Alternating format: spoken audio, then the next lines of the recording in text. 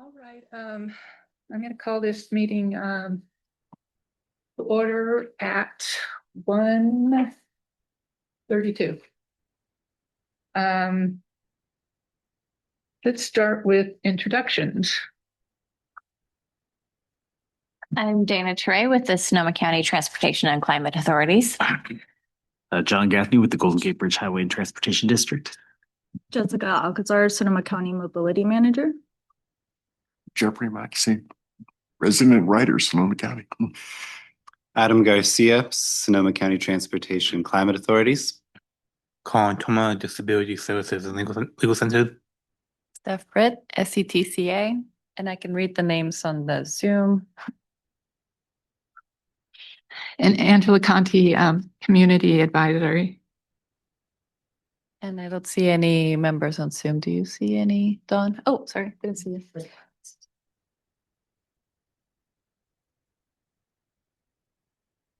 I can't see the non-video participants. And it's too far for me to read. Okay. Looks like we have Ken Rossi, Selena Gonzalez with Council on Aging, Stephen Smits with Sonoma County Transit, Taylor Feltz, and Tobias Weir with SCDD. Thank you. Okay, we're going to go with, are we going to do public comments? I guess what. Oh, well, first, we don't have a quorum, so we can vote to proceed as a committee of the whole. Okay, we don't have a quorum, so we're going to proceed committee as a whole. Is that okay with everybody? Okay, good. Now public comments. Okay. Well, hi, everyone. My name is Jeffrey Maxey. I am a paraplegic. I use Sonoma County Transit as well as the Smart Train. Angela's a friend of mine. She asked me to kind of write a critique of my opinion on both the bus system and the train system. And overall, I would say that Sonoma County has a pretty good transit system for somebody who's a paraplegic or mobility impaired. There are some areas that definitely could use improvement. I'm not sure if you want me to go into those now or what we're doing. We did circulate your letter with transit providers. Up to you how you want to give your comment. Well, okay, so firsthand experience as a paraplegic in a wheelchair, using, let's say, the bus systems here in Santa Rosa or in Petaluma or into the surrounding towns. It's good. Areas that could definitely use some improvement.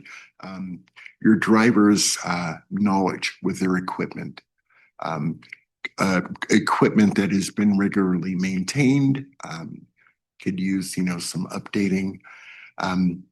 Generally, the problems that I would run into, say, for example, using Santa Rosa's bus system here, there are 2 spaces that are allotted for a person in a wheelchair.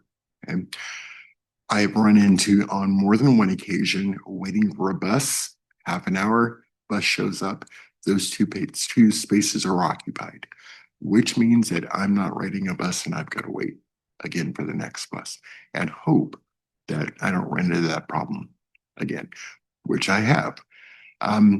It's frustrating. It's tough, especially if you've got appointments or a timeline or something that you're trying to adhere to, and you're not able to actually get on a bus and be able to make the trip that you need to make. Some of the other areas that with buses that are difficult is being able to call in and register a complaint, being able to voice your opinion, being able to say, hey, this is not working for me. Those are areas that can definitely be improved on. I'll share an experience and we'll jump to the train really quick.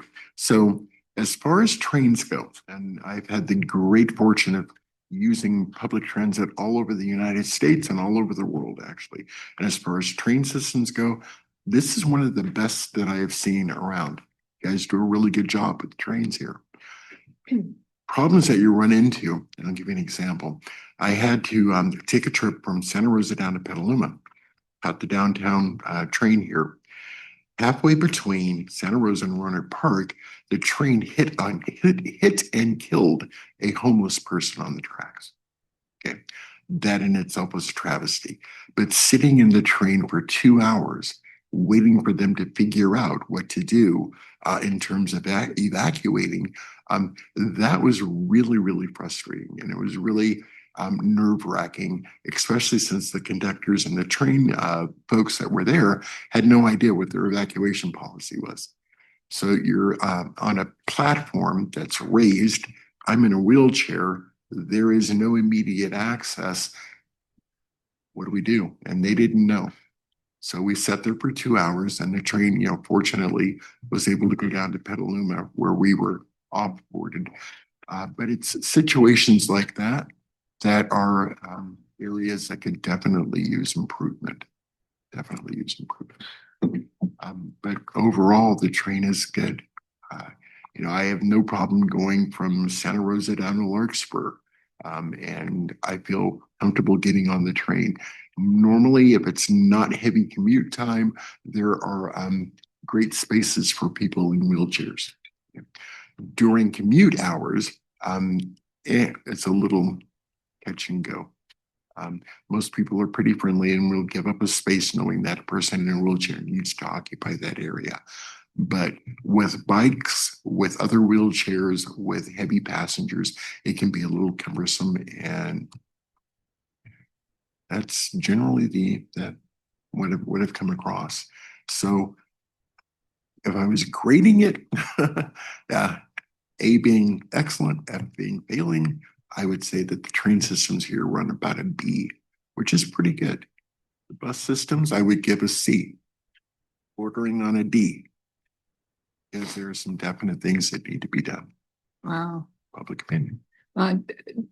This is great. I mean, this is a lot of really good information that I think this group can use, and I hope you, I will never ride a train again. Just kidding. I enjoy being on the train. It's good. I hope we can hear much more of it. Yeah. Well, there's some other things that really would love to see addressed. One of the first experiences I've had, I grew up in the area. Okay, have been gone for many years, and I just came back in August, and I flew into Sonoma County Airport up here, and unfortunately, at Sunday afternoon, 4 in the afternoon, no one explained to me that I needed to get myself, my chair, my luggage to the train in order to head south. That didn't happen until about 7:30, 8 o'clock at night. And guess what? I was stranded in a wheelchair with luggage at a train station where there is no train. I wound up having to go back to the airport. And luckily, the people at the airport were very, very kind. And they said, hey, we've had this happen before. We're more than glad to put you up for the night. And they pulled out a cot, and I slept at the airport. But one of the things that this panel might consider doing would be figuring out how to. Okay, so I've been in places where taxis actually can open up in the back, and you can roll your chair into the back and off you go. We don't have that here in Sonoma County. No Uber, no Lyft, nothing on a Sunday evening that can take a person who's paraplegic from point A to point B. I mean, that's something that I really wish that you guys would figure out. Happy to help you figure that out. But it's something that I think can definitely go a long way. And considering the fact that Sonoma County, from what I understand, is the fastest aging county in California. So you're going to come up in a few years on a lot of people who are going to be using one of these. And how are you going to get them from point A to point B when it's after hours? Or how are you going to assist them getting to a doctor's appointment?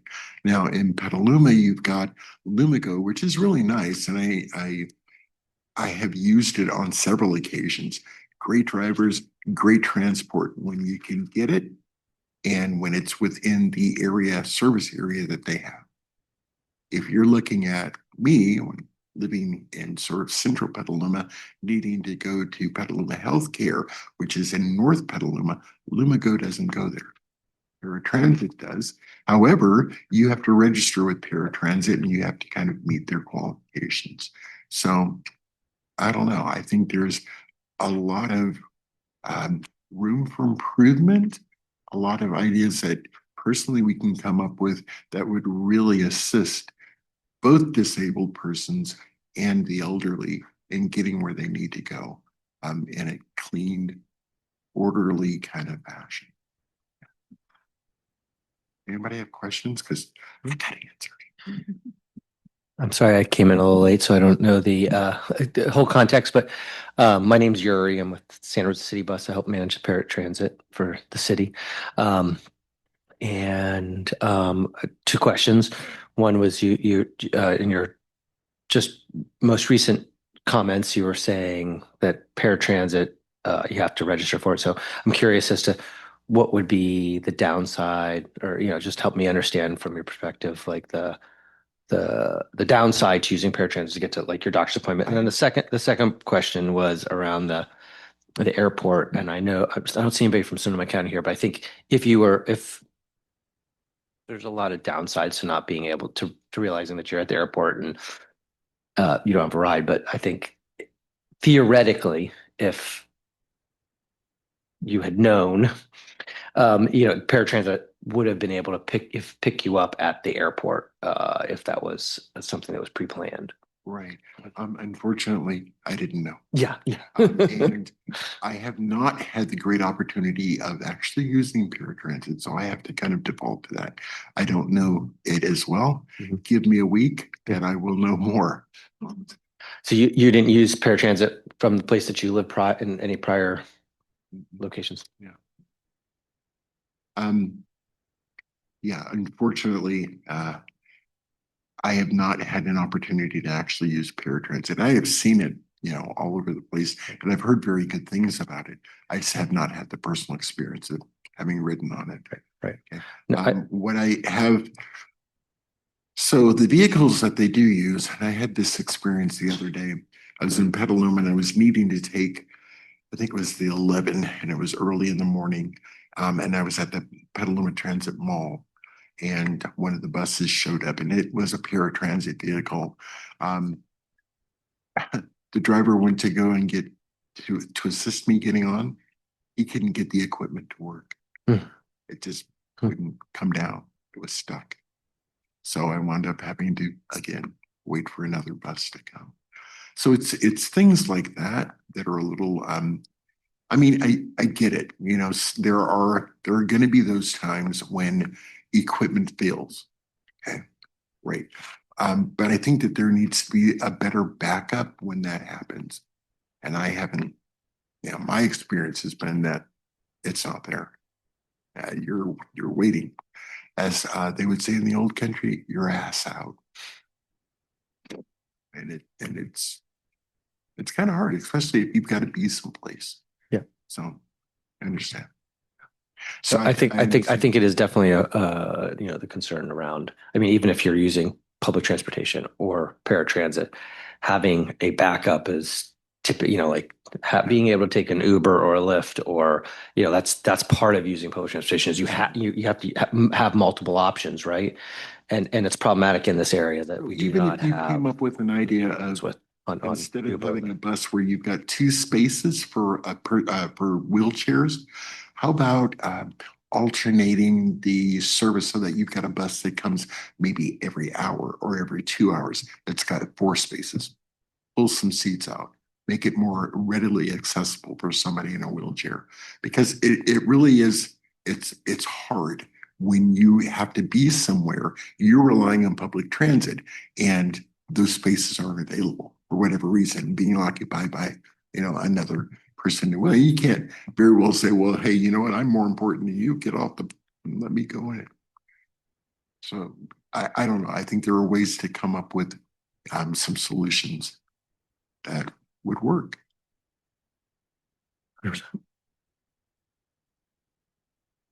Other questions? I have a question in terms of, I know Jeffrey is thinking of joining this committee. I mean, what's the process on that? Just come. Just comes? We do a vote, right?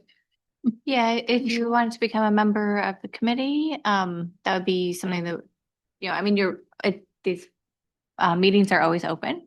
So A always welcome to voting- attend. A voting position is, Well, so yeah, to obtain a voting position, then you need to ask let staff know.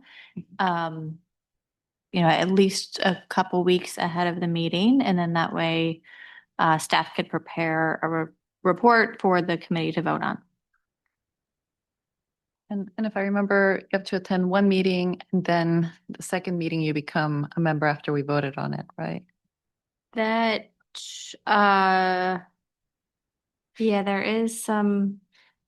There's like a certain number of positions that, right, places I know there's openings, but you fulfill one of those. Yeah. Right, there's it's certain like- categories to fill, but there's also sort of general categories as well. Right. I believe that. Okay. If you want to, we're looking for bodies. We need How help. can you pass up that invitation? Yeah, right. Body. Perspective. Interested. I'm interested. Perspectives, yes. Yeah. Yeah. Branding. Yeah. okay. Well, We can look up the details and send them to you, but you can Yeah. just start showing up at the meeting. at your convenience. With transit, right? There's also Zoom. Okay, let's move on to approval of the minutes. We don't have a quorum, so I guess Yeah, next month. next time. Election of officers, I guess we're gonna have to skip that one as well. Okay, You're okay with doing one more month? yeah. You're stuck with me for another. At least. Okay. The committee meeting schedule, did everybody take a look at that and everybody's okay with that? Yeah, that was attached in the agenda. If you have questions about it or would like a printout, please let me know. Our next meeting will be in March.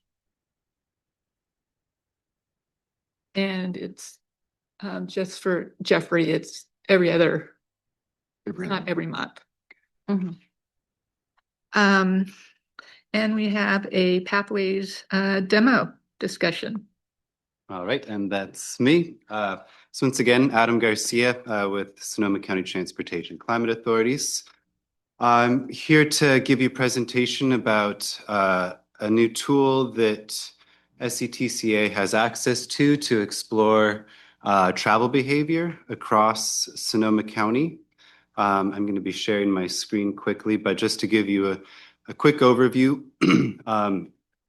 this tool is looking at primarily two different factors. One is kind of the origins and destinations, so where are people going to and traveling from based off geography.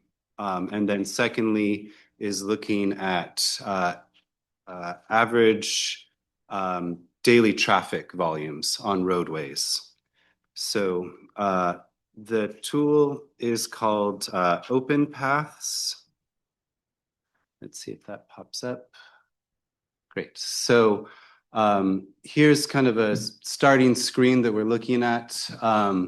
So what this choropleth map shows, you can see down at the bottom, is how many trips are being generated or counts per square mile. So those more populated counties, as we're looking across California, we can see then generate more trips. So LA County, along with San Francisco, Alameda, show up a lot darker, whereas fewer trips then have the lighter colors. So there's more rural. So zooming into Sonoma County, what we can see by clicking on Sonoma County, then we get what's called a spider plot. So this shows for all days of the week, all parts of the day, for all different purposes, where people are coming into Sonoma County from. So as we hover and look that most trips, as we've learned from our travel behavior survey, about 90% of the trips that are generated in Sonoma County stay within Sonoma County.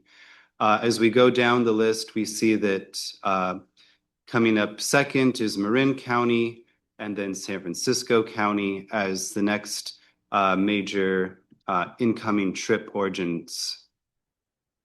So the lines essentially tell you here for San Francisco County, for some reason it's going out to the Farallon Islands, but we know that's not a heavily used area. It should be coming from the main area, part of San Francisco, but about 17,000 trips daily are coming in to Sonoma County from San Francisco County. We can see up in Mendocino, that's about 7,000 or so. We get more information as well too that can see the days of the week. Showing where that looks like Friday kind of generates the most trips, whereas maybe Sunday generates the fewest trips. But of course, just looking at across Sonoma County isn't helpful enough. If we wanted to zoom in and be able to see at a finer level, we get to look at both the census blocks as well as census tracts, for instance. So it's a little delay here. Can start to see then as I was mentioning, those darker colors are the areas where more trips are generated. So in kind of the downtown Petaluma, different parts of Santa Rosa. And in the similar way, if we wanted to say, let's looking at central Santa Rosa, where those trips coming into, we also then get another spider plot, which shows most of those trips are actually primarily generated from around Sonoma County, but looking across, we see that there's several from some darker areas in Rohnert Park as well. And then again, we can look across and start to see where those different census block groups are generated. So we can get some actual numbers from those different number of trips coming into central Santa Rosa. So the other way to look at this, if we wanted to get a little bit more specific, was we could dial in for different days of the week or parts of the day. If we're trying to look primarily at maybe commute times, we can filter out by the morning and evening commute or just those commute days, so Monday through Thursday and Friday. And then also look at the different trip purposes. So from home to work, work to home, and otherwise. So that's the trip. And also you'll see primarily the similar numbers, but we can also look at outgoing trips as well. The other way that we could look at the data is by traffic volumes. And so this is a way to look at specific roadways to understand the actual traffic volume on those roads. So we'll give it a second to load. But if we wanted to click on a particular roadway, it would then give us that information of how many vehicles are traveling on that road on a daily basis. There's other ways to look at it if we wanted to look at arterials or collectors, service roads as well. And so this data is primarily coming from different mobile sources. So it could include cell phones or as well as from delivery trucks as well. So it tries to aggregate that data from those trips. There we go, finally. Thank you. So here we can start to see as we highlight those numbers that, say, on West College Avenue, there's a daily rate of about 7,000 trips moving back and forth for different portions. So this information can be particularly helpful for,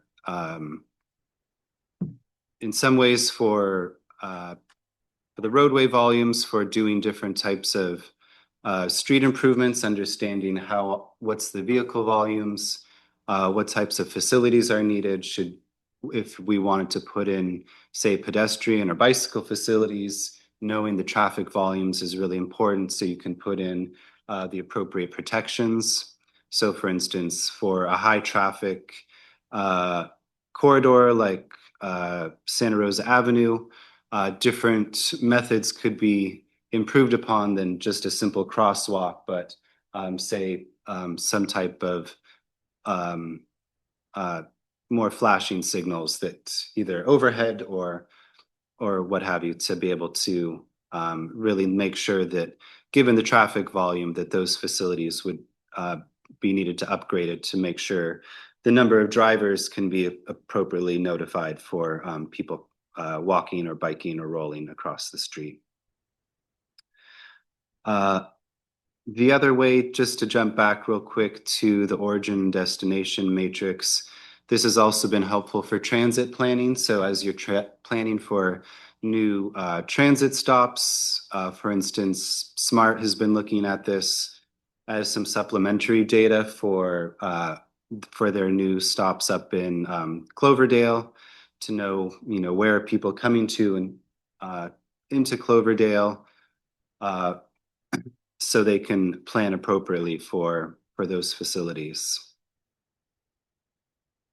And let's see, I think if there's anything else to go over. I think one of the ways that we can also work with this data is that if you have specific geographies that you're trying to evaluate. So one of the stops that SMART is looking at is up in potentially expanding to Geyserville. So as we think the different ranges of Geyserville, there's the small little central core, there's the school district, there's the a larger service area, that those different geographies, if they're not represented here adequately enough as either the census tracts or the census block groups, we can upload our own shape files based off specific requirements, and then be able to run a similar type of analysis for that origin destination matrix. Unfortunately, the data that you see on the screen is kind of what we have available. So as we click on the data and we're able to record those numbers and write them out, we don't have the level of subscription to actually export that as a spreadsheet. So what that data, it's very easily transferred over to a spreadsheet, but essentially what we would have to do is manually write that over and then provide that. So yeah, it's a pretty powerful tool for the price. And so the way to be able to access this data is unfortunately through me. I'm kind of the gatekeeper for that. So, but I'm very happy, as you can see, to provide this information. It's easy to bring up. So as you have these issues or want to potentially have some verifiable data, if you have maybe another street data source such as street light, this could be a supplement to that, just to give a different perspective. So yeah. And I think with that, I'll maybe stop there and just see if there are any questions. Yeah, I have some questions. So I guess it's primarily in-house use. It's not accessible to the public. Unfortunately not, but if some member of the public or anyone on this committee would be interested, I can provide that in my contact information, and yeah, they can get in touch and we can do a screen share, or if there's some specific request, we can process that as well.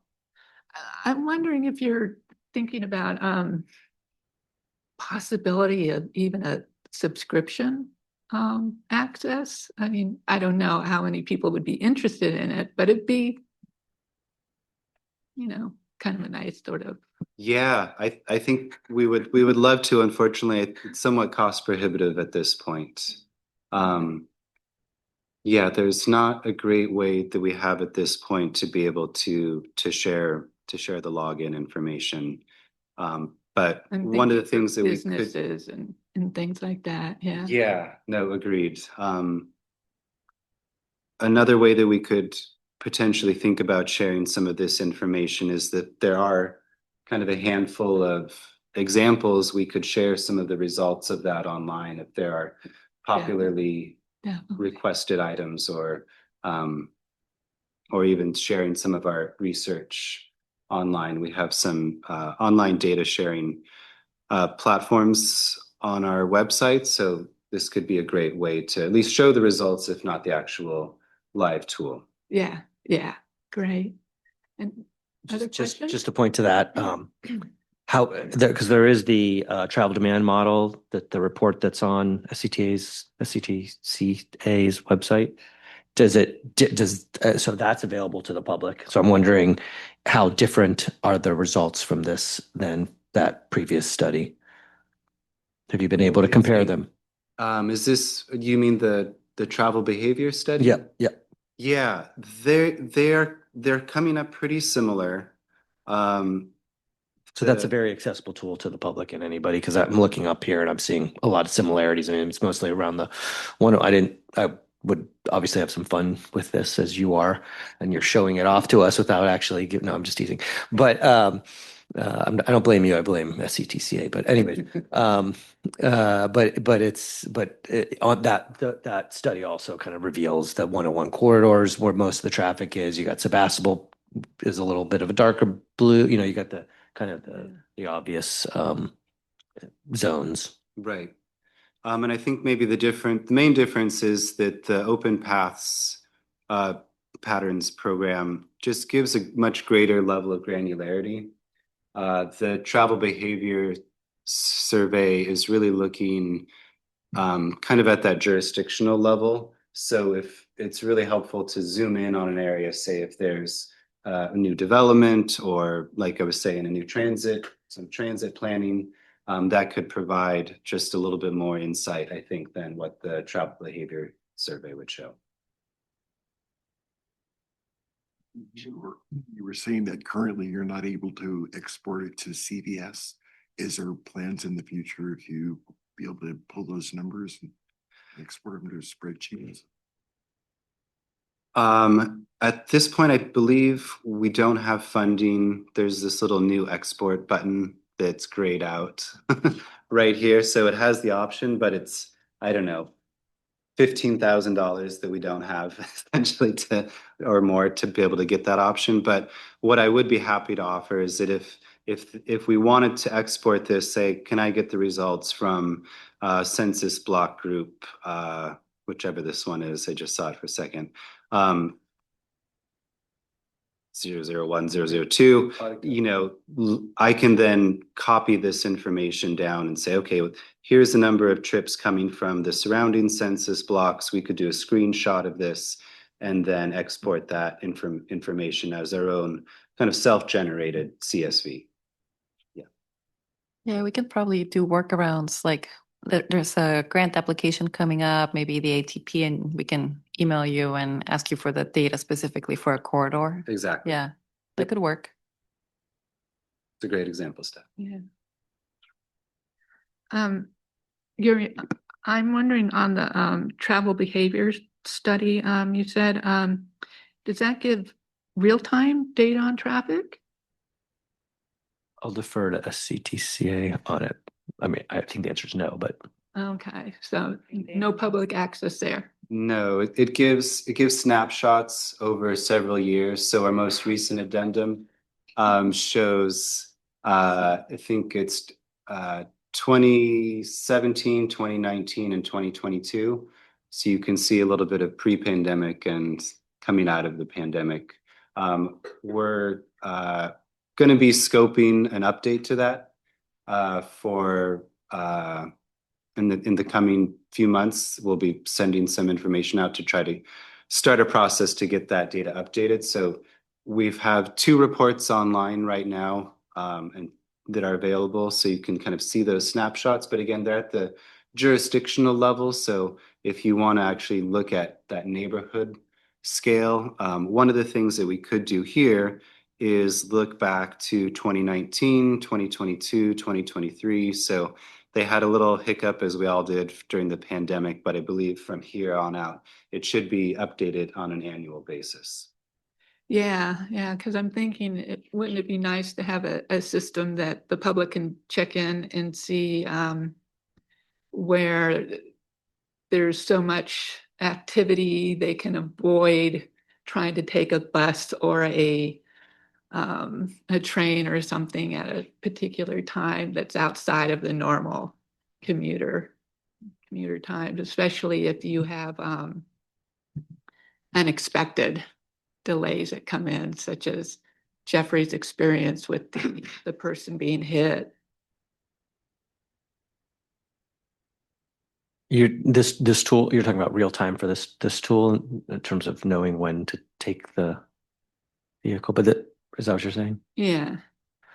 This isn't giving, this is giving, that's more of like a Google Maps, or if there's a real time app that the transit operators operate, that would tell you if you're dealing with any delays or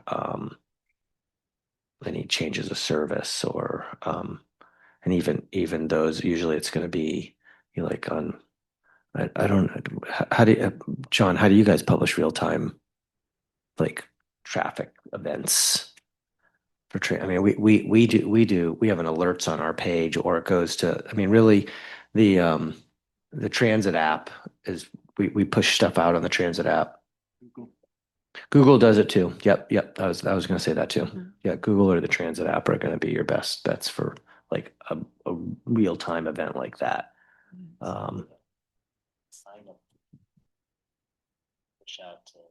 If you sign up on the email list, right.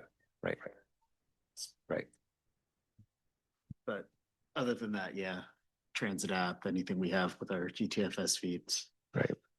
I think this is more just travel patterns. Yeah, kind of summarized over Not at an annual. And it's not specific by mode. No, not at this point. You would assume most of it's 90% of 98%, 96% of it's automobile. Correct. Right. Yep. But it's, I mean, that heavy line between downtown is Coddingtown, which there's a train. There's the North Station, and then there's Coddingtown. So both the two major other transit hubs, besides the ones down in the downtown core, are in that highest travel pattern.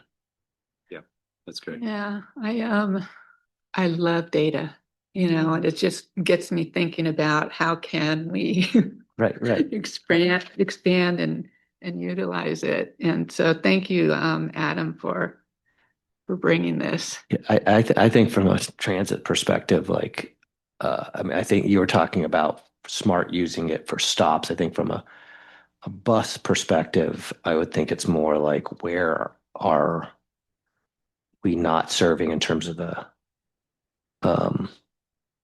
areas of town that have high usage, that are, or even like, I always harp on this, but Sebastopol to Santa Rosa, like, that the level of service, you have a lot on the north-south corridor, but not a lot on the east-west corridor. And I think that's what the SMART study, or the mascot study, gets at. So that's I don't know about first. I'm just trying to think about how you would use, because I like data too. How can we use it? How can we actualize it? Right. Yeah. From a paratransit standpoint, I don't think helps us in any way in terms of, paratransit just basically operates where fixed routes operating. Yeah. Okay. Just great. I think we have a question online. You have 2. You have one comment that was made earlier that Ken Rossi wanted me to read. He said, We need someone to answer the phone on weekends. On weekends, when a bus passes a stop, that happened to him 6 months ago, and being blind and in a wheelchair, having to walk over a mile to get home, is what he said. And then we do have Tobias Weir from SCDD. So as soon as you unmute yourself, Tobias, you can go ahead and ask your question. Thank you. Would it go over the 511 system as well to be able to get those alerts? Anybody want to take that? To double check. I don't think our, yeah, I would have to double check that too. It would make sense that they do, but I need to double check that because it's less and less people are relying on the 511, and but I would expect that that is the case. I would, because they take our GTFS feed, so they would definitely know about any system changes, but immediate alerts, I'm not 100% sure. So people aren't utilizing 511 anymore as No, much? they are, but it's I think a lot of the last few years, 501 used to have a more robust was it travel planner? What was it that they had? They had like they would give you real-time information. I think now they just reference you to go to Google Maps. So it's interesting. Yeah, Okay, good to know. Thank you. They're still definitely part of how we manage our data, and they definitely require us to report it in a certain structure. So they probably do, but I'm not 100% sure. And then to Ken Rossi's question too, Ken, I'm assuming that was on a city bus. So please email me if you have specific time and location so I can try to address that for you. But nonetheless, a good point that we do not have anybody answering the phones over the weekend. We just have it's even the weekdays, it's not our entire service day. It's just 8:30 to 4:30. Okay. Again, thanks, Adam. We're up to roundtable updates. Who would like to start? I can go ahead. Okay, great.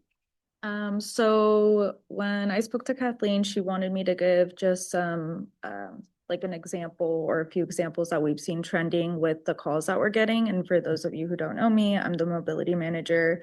I stepped into this role about 6 months ago, and my role is primarily to capture gaps and challenges that we're seeing with transportation in the county. I work housed with the Aging and Disability Resource Hub. So I've been keeping track of all of the different types of resources, and when a caller can't figure it out, then I try to help them navigate resources or brainstorm other options. So far we've seen a lot of medical rides, and especially being out of the county, it seems like there's a lot of people being referred to specialists out of the county. So that's when they start calling me, because even if they are a paratransit user or some other type of public transportation user, it just doesn't work for them to navigate, because usually it's something that's taking a toll, like cancer treatments or some type of surgery. So it's just hard for them to navigate riding public transportation back after their appointments. The other ones are to groceries, stuff like memorial services or to the cemetery. And then another trending call that I've gotten is for people with visual impairments. That's been something that's been pretty common. I've tried getting in contact with Earl Baum Center, so it's been kind of fuzzy in regards to what we can provide for them apart from paratransit if they can't utilize it. And then cancer treatments. And then the other update I had was just in regards to changes in services. So Catholic Charities has resumed their Monday through Friday service hours, and then West County, which did have a volunteer driver program, no longer does. They got defunded. So now the Sebastopol volunteer driver program is trying to cover like Monterey, Guerneville, that area. And then another resource that we just learned about was 211, which is United Way, is offering to pay for Lyft rides, but it's very particular about eligibility and how many Lyft rides. So from my understanding, it has to be to some type of social service appointment. or a medical ride that's non-emergency, but they can only service 20, and it's about $23 one way for the Lyft ride. So it's very particular, but they are encouraging the public to call 211 to try to see if that's an option for them. And then Cloverdale did partner with La Familia Sana, which is a nonprofit organization, and Circuit Rider to have a volunteer driver program in Cloverdale as well. You guys have any questions? Sorry, I know that was a lot of information. Yeah, I have a quick question on the United Way. Serving 20 rides per person or 20 people 20 rides per month. per month Yes. at 21 per ride? 20 rides per month they can service. So it can be like if a person needs round trip, that's 2 rides that they're counting, and it can equal up to $46 for round trip and then $23 one way. Okay, thanks. Yes, here. Is the eligibility, can you be in, is this information that we should share with paratransit riders, or is this, is it? They have a flyer, so I can share that with you if That'd be you would great. like. Yeah. The flyer is a little bit misleading because it does say providing free Lyft rides to Sonoma County, so it makes it seem like anybody's eligible, but Right. I can still share it. They are free for those that qualify. Yes. That's great. That's great. I'm sure a lot of. And then do you have another question? Do you have any, is there any way to characterize some of the trips that are not being fulfilled, or is it people that are not aware of paratransit options? Is there destinations and starting points outside of paratransit areas? Any kind of, I mean, I'm sure there's a number of different buckets. Yeah, it varies, but I can ask Kathleen. She does like a kind of a summary report of the calls that we're getting, so I can ask her to send that over to you as well. But a lot of it is, or are people that are in those geographical areas that like paratransit doesn't reach typically. And like I said, it's more about being able to navigate it there and after, because it's people who are getting surgery or people who are coming out of anesthesia. Right. So they don't feel comfortable taking public, Well, transportation. if public transportation goes there, then paratransit would too. So Yeah. that means they're not in either of the zones. Yeah. Yeah. So that's been mostly what we've been seeing. Yeah, like yeah, I'd be interested in 211 information. We have a lot of customers that need help getting around the county, and then also curious for out of county trips for medical appointments. Essentially, we see a lot of Southern customers they went to the same issue as navigating transit. Are you seeing issues with those at Medi-Cal navigating the transit they provide? If they have it through Partnership Health does have a transportation line that they can utilize, and it's been pretty successful unless for some reason the volunteer doesn't show up.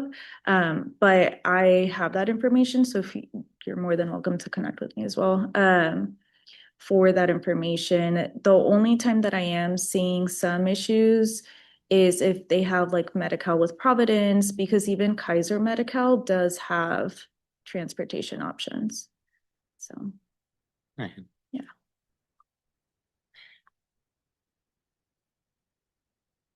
Who wants to go next? Any reports? I can go real quick. Around the table. I don't have a whole lot from the district right now. Yeah, mascots passed, so that'll be going into effect in April. That would be the big one up in Sonoma County. So we've talked about that extensively. I don't. Yeah, we have talked about that here, and I was thinking of bringing some information to the next TPCC meeting because there'll be some marketing materials with the information on the changes.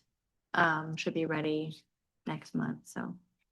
Yeah, for us, our big one is just the 101 will no longer be serving north of Nevada.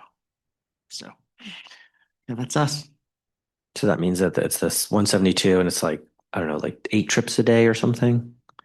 Yeah, it's going to be one commuter run. Right. I want to say 8 trips a day, but Something like that, right? been working more on the paratransit side, which is just back end stuff. It's not going to affect our clients. So.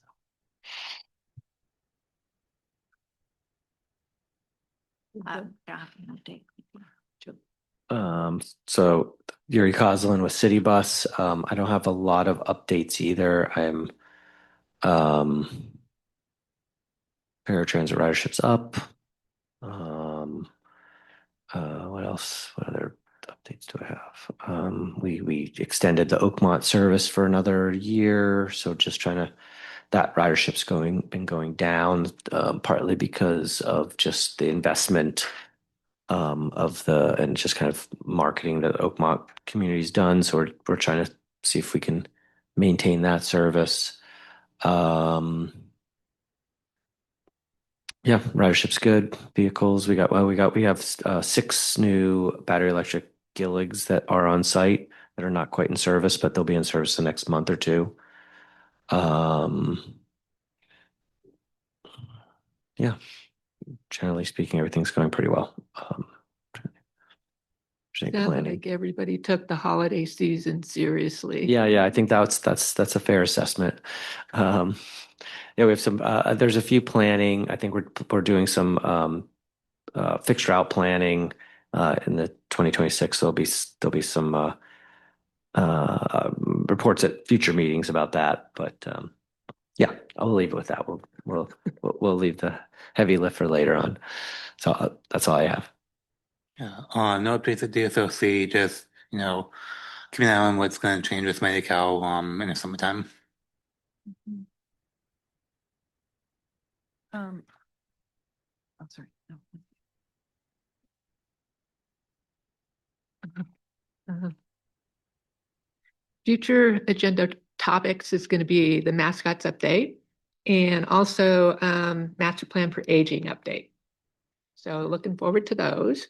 Awesome. Thank you, Jessica, for bringing that next meeting, which will be in March 17th. And I'll be presenting on behalf of Joni. Yeah, thank you. And any other businesses or comments, announcements? I do have an announcement. We have a CDP workshop. This is the comprehensive transportation plan that we update every 5 years. And we have a big open house where we're going to discuss the various topics about it. And that will be right here in the office, Wednesday, the 28th. I am forgetting the time. Is it 6 p.m.? Okay, great. We hope to see you there. And if anyone knows of any grants, please send them my way. Last year we had the 5310 grant, and that's every 2 years. So if anyone knows of anything, please send it my way. Thank you. And that's Wednesday, the 28th of this month. Yes. Okay, well, that's it. We are adjourned.